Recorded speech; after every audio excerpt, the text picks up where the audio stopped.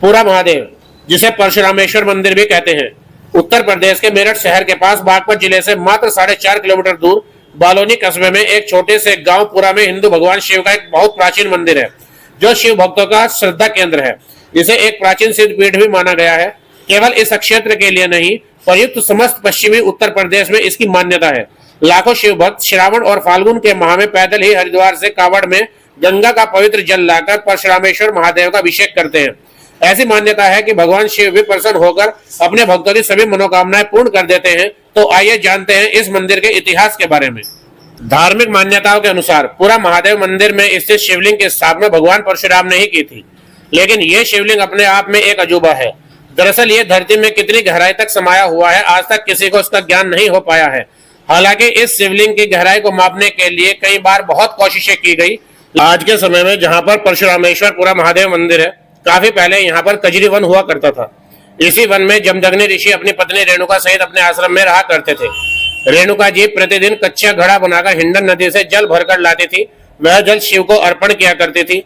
हिंडन नदी, जिसे पुराणों में पंचतीर्थ भी कहा गया है और हरनंदी नाम से भी विश्व विख्यात है, पास से ही निकलती है। वह मंदिर मेरठ से 36 किलोमीटर और बागपत से 30 किलोमीटर की दूरी पर स्थित है। तो आइए जानते हैं इस मंदिर के इतिहास के बारे में। प्राचीन समय में एक बार राजा सहस्त्रबाहु शिकार खेलते हुए उस आश्रम में पहुंचे।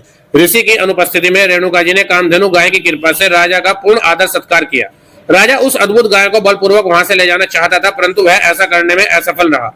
अंत में राजा गुस्से में रेणुका जी को ही बलपूर्वक अपने साथ हस्तिनापुर अपने महल में ले गया तथा एक कमरे में बंद कर दिया। रानी ने अवसर पाते ही अपनी छोटी बहन द्वारा रेणुका जी को मुक्त कर दिया। रेणुका जी ने वापस आकर सारा वृतांत ऋषि को कह सुनाया, परंतु ऋषि ने एक रात्रि दूसरे पुरुष के महल में रहने के कारण रेणुका जी को ही आश्रम छोड़ने का आदेश दे दिया। रेणुका जी ने अपने पति से बार बार प्रार्थना की कि वह पूर्णतः पवित्र है तथा वह आश्रम छोड़कर नहीं जाएगी। अगर उन्हें विश्वास नहीं है तो वे अपने हाथों से उसे मार दे, जिससे पति के हाथों मरकर वह मोक्ष को प्राप्त हो जाए। परंतु ऋषि अपने आदेश पर अडिग रहे।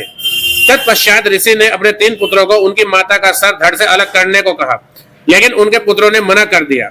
चौथे पुत्र परशुराम ने पितृ आज्ञा को अपना धर्म मानते हुए अपनी माता का सर धड़ से अलग कर दिया। बाद में परशुराम जी को इसका घोर पश्चाताप हुआ। उन्होंने थोड़ी ही दूर पर घोर तपस्या करनी आरंभ कर दी तथा वहां पर शिवलिंग स्थापित कर उसकी पूजा करने लगे।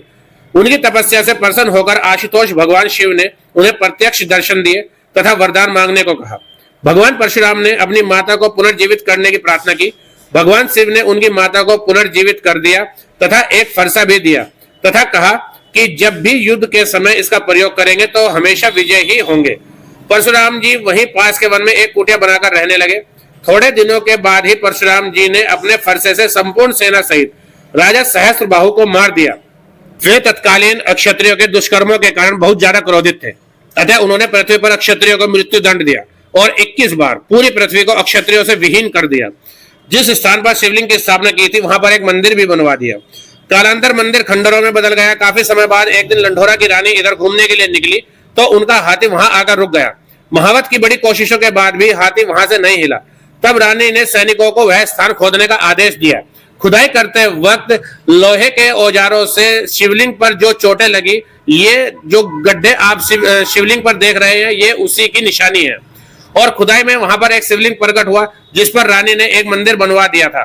यही शिवलिंग तथा इस पर बना मंदिर आज परशुरामेश्वर मंदिर नाम से विश्व विख्यात है। इस पवित्र स्थल पर जगत गुरु शंकराचार्य स्वामी कृष्ण बौद्ध आश्रम जी महाराज ने भी तपस्या की थी तथा उन्हीं की अनुकंपा से पूरा महादेव मंदिर समिति भी गठित की गई, जो इस मंदिर का संचालन करती है।